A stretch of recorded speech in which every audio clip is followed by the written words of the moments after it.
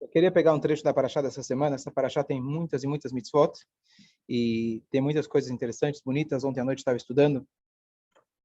Então,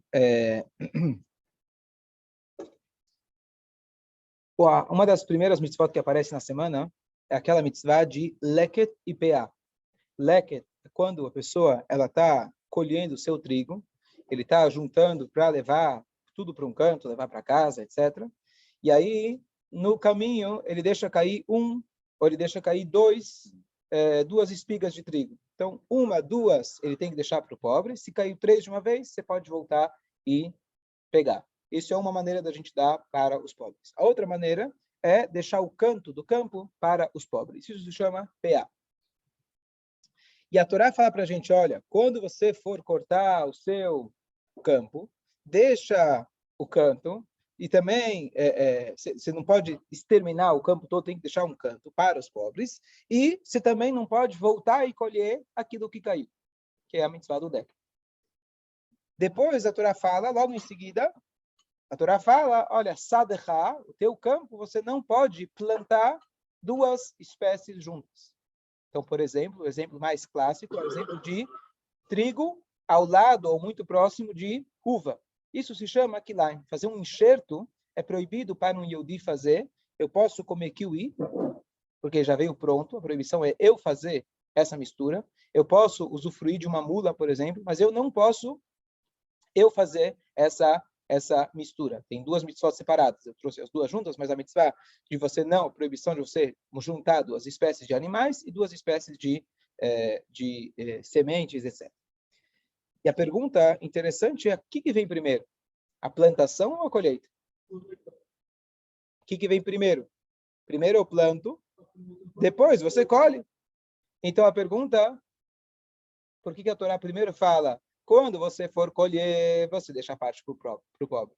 Quando você for colher, você não pode voltar e aquilo que caiu no chão pegar. Ah, lembrei, esqueci de falar, né? Mas quando você for plantar, você tem que tomar cuidado para não misturar as espécies. Está fora de ordem. Sim, a Torá não segue uma ordem cronológica, mas aqui a gente não está contando uma história. A gente está falando a pessoa no seu ciclo agrícola, você vai plantar, olha, toma cuidado. Você vai colher, toma cuidado. Qual é o sentido? Aqui vai uma explicação muito bonita. Qual é o motivo de kilaim, a proibição de separar, a gente não misturar as espécies? Então, na verdade, isso pertence àquelas mitzvot que são rock, aquelas mitzvot que a gente não tem uma explicação lógica. Mas essa mitzvah, diferente da vaca vermelha, que se fala que é ilógica, não tem como explicar, não tem o que dizer a respeito, já que está parado o mar também tem o que dizer a respeito, mas dá para entender um pouco. Maimônides ele traz que a ideia é o respeito das separações que Hashem fez no mundo. Hashem ele criou vegetal, animal, mineral, ele criou o oceano, criou a superfície. Hashem ele colocou uma ordem. Então é para a gente não estragar, não se meter aonde a gente não foi chamado. Não estragar essa ordem. Se Hashem fez, por exemplo, quando Hashem ele criou as plantas, está escrito, ele falou, lemineihem, cada um para a sua espécie. Os animais foram criados para a sua espécie. Deus ele colocou uma divisão entre as centenas de milhares de espécies que existem. Você não deve quebrar esse status quo que Hashem estabeleceu no mundo. Você não pode entrar e misturar. Tem sentido, tem lógica. Tudo tem um motivo, tudo tem uma ordem, tudo tem um seu papel dentro da escala, então você não pode entrar lá. Então, esse é o sentido da mitzvah, não misturar. Agora, o que isso tem a ver com a mitzvah de leket, shichechá, peah, aquela mitzvah de canto do campo? Se a gente for olhar mais a fundo, é a mesma ideia. A gente muitas vezes tende a pensar que depois que eu ganhei meu dinheiro, eu vou querer fazer a mitzvah, eu vou ser bondoso, vou ser caridoso, vou fazer até justiça. É justo, eu ganhei 10, um vai para o pobre, 2 vai para o pobre, 25% vai para o pobre. Ótimo, você é um tzadik, você pegou do teu e você foi lá e daquilo que você ganhou e deu para o pobre. Você não é tzadik. Por que não? Porque não é que você ganhou 10, e você foi bondoso, tirou dos 10 e deu 1. Aquele nunca pertenceu a você. Aquele era separado. Aquele pertencia já ao pobre. Hashem deu para você o privilégio de você administrar aquele dinheiro, confiando que você vai saber. Eventualmente o pobre, coitado, não vai saber se Hashem desse para ele um campo, talvez não ia saber administrar, talvez não ia saber cuidar. Hashem deu isso por algum motivo na sua mão. Para quê? Só para você dar para ele. Esse dinheiro nunca foi seu. Não é que você fala, ó Deus, eu ganhei, também vou dar um pouquinho, reconhecer, vamos lá, vai, uma sociedade. Eu sei que para eu ganhar mais, estudar um pouquinho, eu também vou dar um pouco para você. Não, não, não, não. O que você ganhou é lucro. Aquele nunca foi teu. Então você não faz mais que a tua obrigação e por isso eu chamo de tzedakah justiça. Não é justiça apenas que a gente fala, não é uma caridade, que não é uma bondade que você faz. Coitado do Nebar, coitado do homem que está recebendo. Não é justiça que você fala, justo, Hashem me deu muito, então eu vou dar um pouco para o outro. A justiça é mais ainda. É sua obrigação e nunca foi seu. Você guardar aquele dinheiro com você é um roubo. Aquele dinheiro nunca foi seu. Você está guardando o dinheiro na sua casa? Não, é seu. Assim que a gente tem que olhar para tzedakah. Então, a ideia é que Hashem, quando ele fala, quando, na verdade, você ter o campo, o trigo nasceu, o que você tem que fazer? Nada, só devolver. Ele já está separado. Não é que era seu. Você se confundiu, achou que aquele dinheiro era todo seu. Aquele dinheiro sempre foi separado. Então, qual que é a tua mitzvah? Separar. Não mistura as coisas. O dinheiro que é do pobre, o que é teu, é teu. Por que, então, inverte a ordem? Então, a explicação que a Hassidut dá é porque tudo começa do mundo espiritual. A separação entre as espécies é aparente. Você vê a videira e você vê o trigo. Tá fácil. Agora, quando você olha toda a minha colheita, é trigo com trigo. Você não vê a diferença aqui que é do pobre e aqui que não é. É uma diferença, na verdade, na tua cabeça. Que vem, obviamente, da diferença que Hashem estabeleceu, que é a diferença espiritual. Então, na verdade, ela aparece primeiro porque a diferença espiritual é a causa das diferenças físicas. Tudo que existe no mundo físico é a manifestação do mundo espiritual. Então, a Torá inverteu a ordem para dar para a gente esse conceito.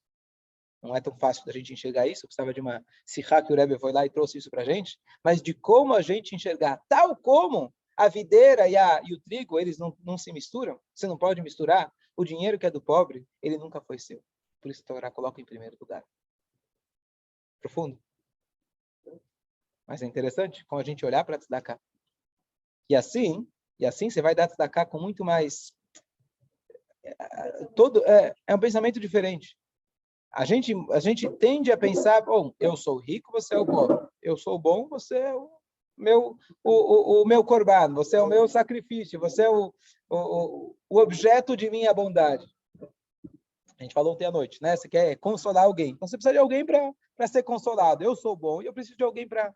Então, a ideia, assim, todo show que você vai ouvir de tzedakah, a primeira coisa que você vai ouvir, vão falar para você, olha, tzedakah não é caridade, tzedakah é, desculpa, justiça. Mas o que você pensa de justiça? É justo, Hashem me deu, então é justo que eu dê para ele. Hashem nunca te deu. Ficou guardado na tua mão. Nunca foi seu. Deu tzedakah? Nem cabe dizer que você não fez mais que a sua obrigação. É mais do que isso. Você devolver o dinheiro, caiu um dinheiro teu na minha casa.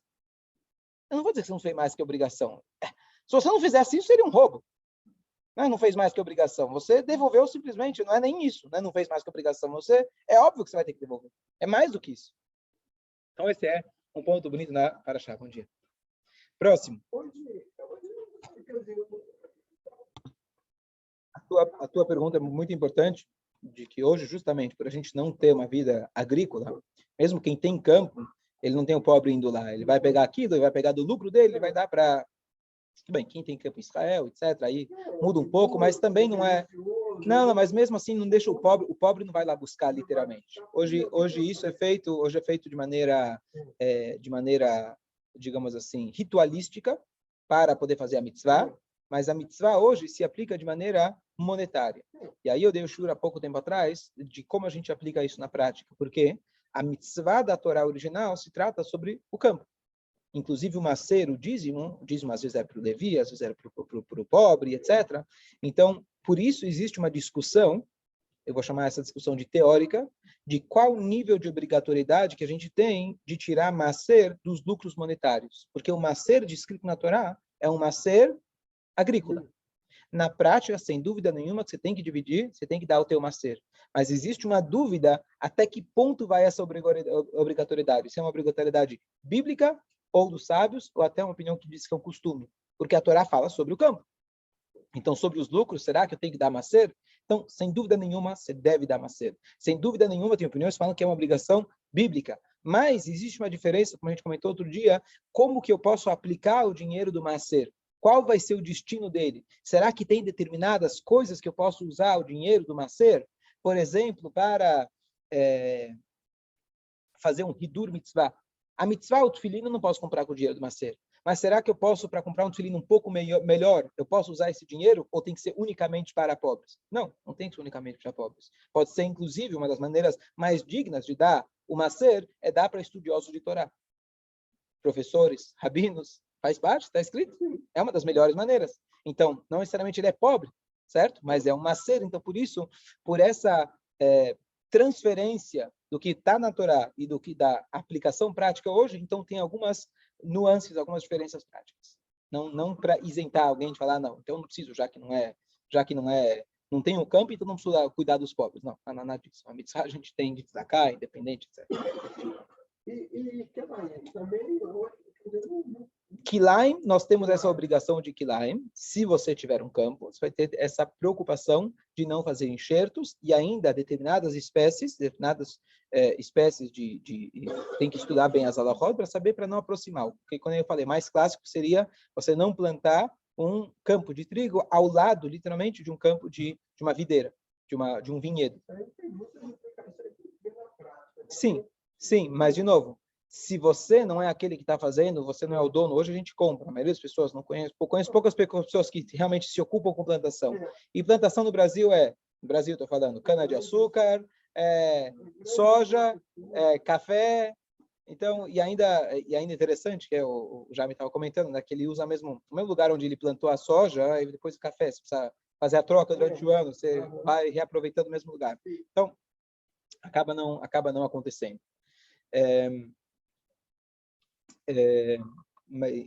A aplicação prática seria de comer essas frutas, que são frutos de enxerto, mas, de novo, se ela vem pronta para você, não tem problema. Diferente de kasher, fazer, não fui eu que cozinhei, foi outro que cozinhou, então eu posso comer não kasher. Não, caso é shalom. Aqui a proibição é o ato de juntar. Se alguém juntou, não tem problema.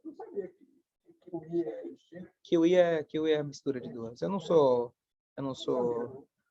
Néspera, tem várias. Néspera, tem várias. Próximo.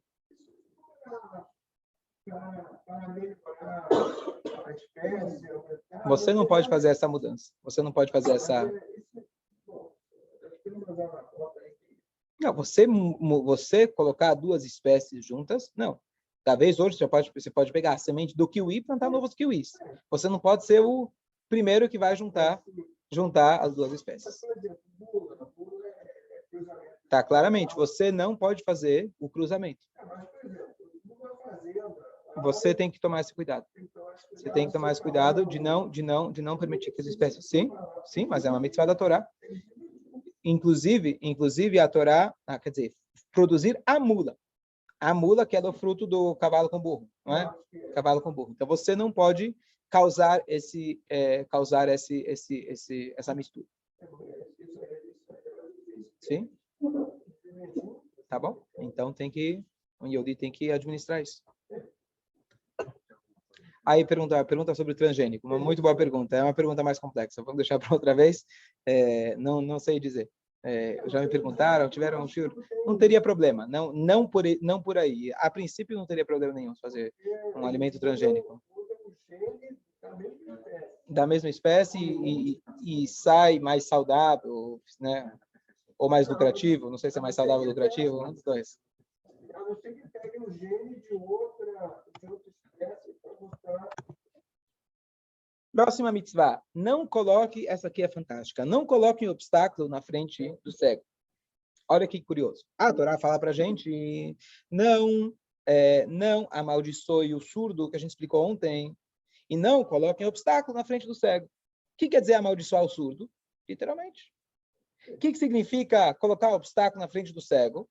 Se eu lesse a Torá sem os comentários, principalmente do Rashi, significa o cara não está olhando, ou o cara literalmente, Deus nos livre, é cego, eu boto o pé para ele cair.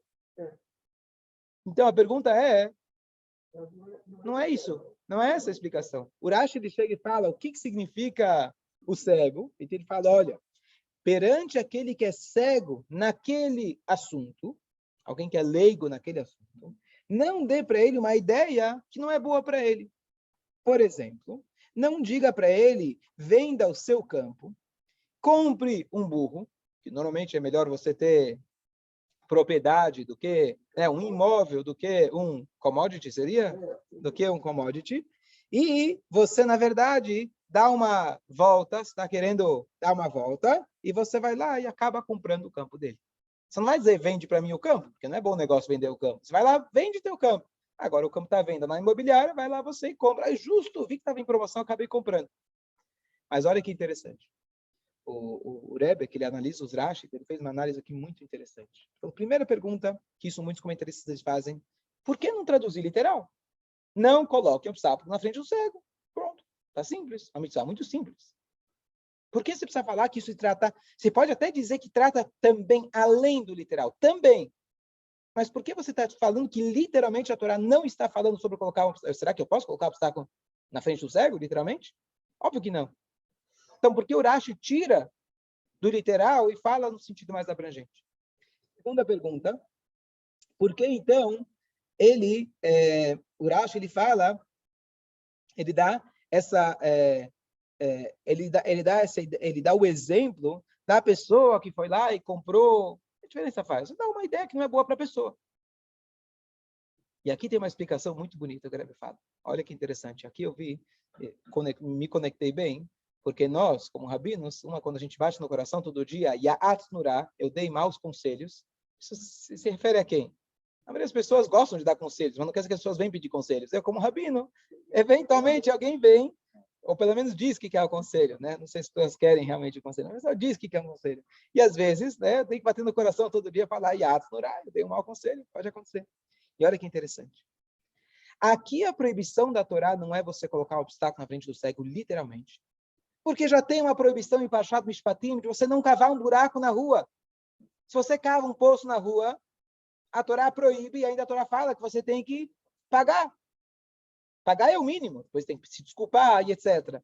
Então, literalmente, colocar um obstáculo na frente do cego, pode ser um buraco na rua, isso obviamente que já está falando sobre qualquer tipo de obstáculo. Pode ser em si, pode ser um buraco profundo na terra, pode ser uma montanha na terra, um obstáculo que a pessoa não vai ver e vai cair. Eu passar a perna para alguém cair, isso é literalmente uma proibição que já tem em Parashat Mishpatim. A Torá não teria que repetir novamente. Então, essa é a lei do obstáculo. Mais ainda, aquela mesma lei do obstáculo também pode ser mais abrangente. Eu também posso dizer que se trata de alguém dar uma ideia para alguém que não seja adequado. Aqui a Torá vem com uma novidade. Não é que eu estou colocando um obstáculo, literalmente, na frente dele. Não é que eu estou dando para ele uma má ideia. Às vezes, a pessoa que está apertada, eu posso chegar e falar para ele, vende teu apartamento, aluga outro, para você poder, às vezes, é uma boa ideia. Não necessariamente, normalmente a regra é melhor você ter a propriedade do que um burro. Mas, às vezes, o cara precisa de parnassá e é uma ideia boa. Então, o Rashi está trazendo um exemplo, não de algo que seja mal. Não é, por exemplo, eu chego e falo para ele, compra aquele carro e aquele carro está estragado. Não, não é isso. Essa proibição lá já está em Parashat Mishpatim. Eu estou colocando um obstáculo na frente do cego. Não. Eu estou dando para ele uma ideia, que a ideia por si é boa. Eu estou dando para ele uma boa ideia. Só que eu estou interessado também naquela ideia. E às vezes, pelo meu interesse, eu fico cego e eu acabo dando uma má ideia para ele. E aqui vem a grande sabedoria. Quando alguém vem pedir para você um conselho, nós naturalmente somos interesseiros. Essa é a natureza do ser humano. Então eu lá longe, às vezes estou pensando como aquilo vai impactar talvez o meu neto, mas nem a mim. Mas eu tenho um pouquinho de interesse. E é isso que a Torá fala. Não pense em você na hora que você vai dar um WhatsApp. Na hora que você vai dar um conselho para uma pessoa. Você está dando um ótimo conselho. Se ele for procurar o consultor e for pagar para o consultor, pode ser que ele vai dizer a mesma coisa. Mas para e pensa se você também não tem um interesse. E essa proibição da Torá. Tem que ser totalmente objetivo. Algo que é muito difícil. E às vezes, você tem que ter a sabedoria e a honestidade e a humildade de falar, olha, eu não posso te dar, desculpa, eu não tenho como te ajudar. Olha, procura outra pessoa, a gente é muito próximo, somos muitos amigos. Alguma maneira que você vai mostrar que você tem, eventualmente, um certo interesse. Então, olha que bonito. Não estamos falando aqui de um julgamento, por exemplo, onde a Torá fala para a gente, se eu chego e falo para você, bom dia, eu não falava normalmente, você já não pode mais me julgar. Porque agora eu te dei um suborno de falar o bom dia. Eu não estou falando alguém que vai julgar e outra pessoa vai perder dinheiro. A pessoa, eu vou dar para ele um conselho. Não é um julgamento. Eu vou dar para ele um conselho que, se você for olhar no mercado, é um conselho bom. Mas se eu tenho um interesse particular, ele não está percebendo. Por isso, o Rashi fala, eu não posso dar para ele uma etzá, sheina hogenet lo, que não é boa para ele. Por que não é boa para ele? Talvez até seria boa normalmente, mas para ele não é boa, porque eu tenho interesse. Então, na verdade, a minha visão já tá deturpada. E eu vou acabar. Então, eu achei isso fantástico, que não é isso que a gente entende normalmente quando a gente lê o Passuca. A gente fala, bom, não vou dar uma má ideia, não sou pessoa malvada, não vou dar uma ideia ruim para a pessoa, eu vou falar para alguém comprar um carro estragado? Claro que não. Isso tudo bem, já tem uma mitzvah dessa. Aqui a mitzvah é além. Você dá uma boa ideia, mas você ainda tem um interesse particular. E eu comecei a pensar em exemplos, talvez na minha vida, que aí eu falei, bom, talvez eu preciso bater no coração, né? Talvez não, com certeza, a gente bate no coração todo dia. Quantas vezes a gente, sem perceber, não, eu dei para ele um bom conselho, mas talvez no final vai ser bom para mim também. Não, você tem que tirar essa parte de você. Realmente se colocar no lugar da pessoa. E aí eu me lembrei aquilo que a gente falou ontem no Shiur. O que é Tiferet? Amidá, o atributo de Tiferet. Rahamim, misericórdia. E a gente falou Tiferet, Tiferet, que era o dia de ontem. É você realmente, não é você se colocar no lugar do outro. Ou como fala em inglês, se colocar no sapato do outro. Porque você está se colocando. Então alguém passa, eu dei o exemplo ontem. Né? Você está do lado de alguém, a pessoa tem medo de trovão. Você está com alguém, a pessoa tem medo de cachorro. Ah, você fala, para, por favor.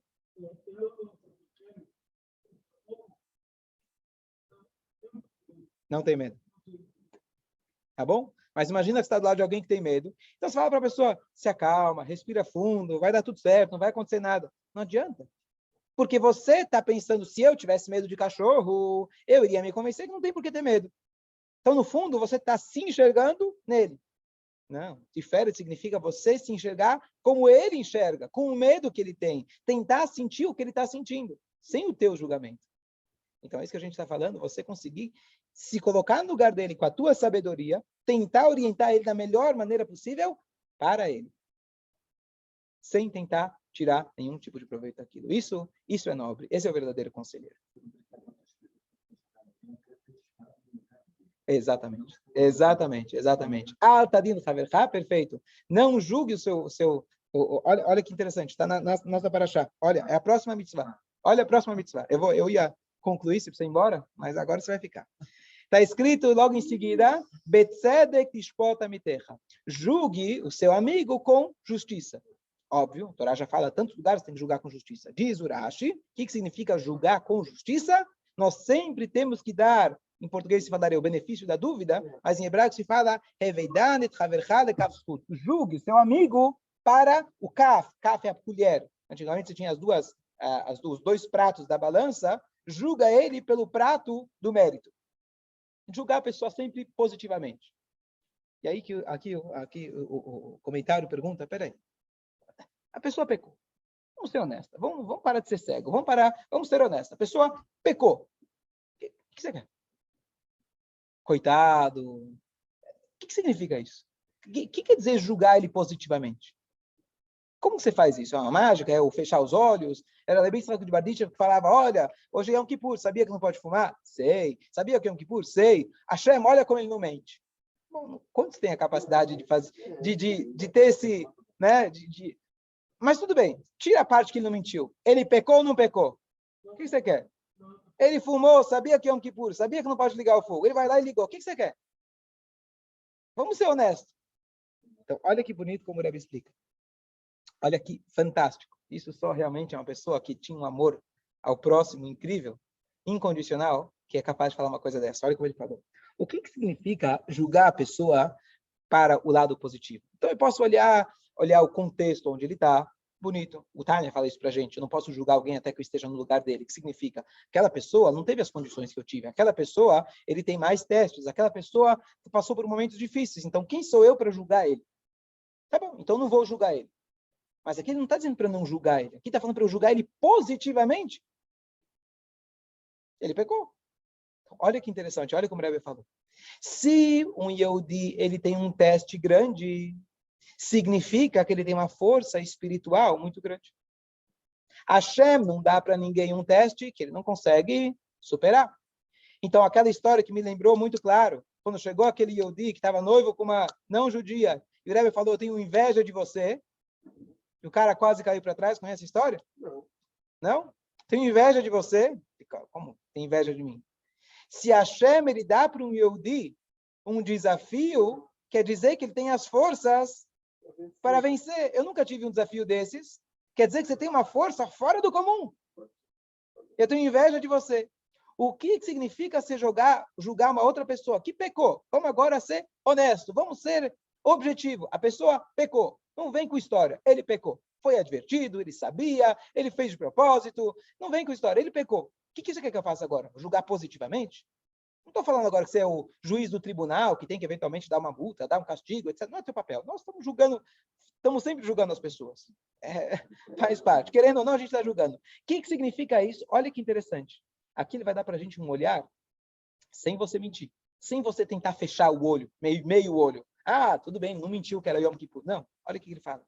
Se esse Yehudi foi dado para ele esse teste, infelizmente dessa vez ele não passou. Mas vamos pensar. Se ele teve esse teste, quer dizer que ele teria as forças para poder ultrapassar aquele teste. Quer dizer que esse é um Yehudi muito forte. E quanto maior o pecado que ele fez, quer dizer que Hashem confiou, depositou nele forças, que ele teria muito mais força de encarar. E é nisso que eu tenho que focar. O que quer dizer julgar ele para o aspecto positivo? Eu tenho que, em vez de chegar e admoestar a pessoa, olha o que você fez, olha como ruim você é, olha o castigo que você vai ter, eu preciso julgar ele positivamente. O que significa? Não é fechar o olho, tentar me enganar. É falar, se você pecou, quer dizer que você tinha e ainda tem uma força muito grande que a Hashem depositou em você. Dessa vez você falhou? Não vou negar. Mas se eu quero te ajudar, eu vou agora focar no potencial que você tem. Eu vou focar, e aí sim, ao invés de criticar, ao invés de apontar o erro dele, lembrar a pessoa, olha, você errou, mas olha então o que aconteceu. Se a Hashem te colocou isso, quer dizer que você tinha e ainda tem essa força. Da próxima, com certeza, você vai passar. Aqui não tem a próxima. E você conseguiu mostrar para o Yehudi. Então, olha que interessante. Quanto pior, Deus nos livre, a pessoa é, se é que existe esse tipo de termo, quanto mais erros ela fez, mais você tem força e faz jus de falar para a pessoa, olha quão grande você é. Se a Hashem te colocou isso no seu caminho, e não é só quando o cara ainda não casou, né? Quando a pessoa já, Deus nos livre, pecou, quer dizer que você tem a força. E é isso o nosso papel. E aqui é muito mais completo você dizer, vamos julgar ele positivamente. Não é só o meu julgamento, não é papel ficar julgando os outros. Alguém falou uma vez sobre essa Mishnah? Antes dessa explicação, tem sentido? Quer dizer, julga as pessoas positivamente. O ideal é você nem julgar ninguém. Ninguém pediu para você ser juiz do outro. Alguém pediu para você ficar analisando a vida do outro? Olha no espelho. Em último caso, se você já vai julgar, que seja positivamente. Não, aqui é uma mitzvah.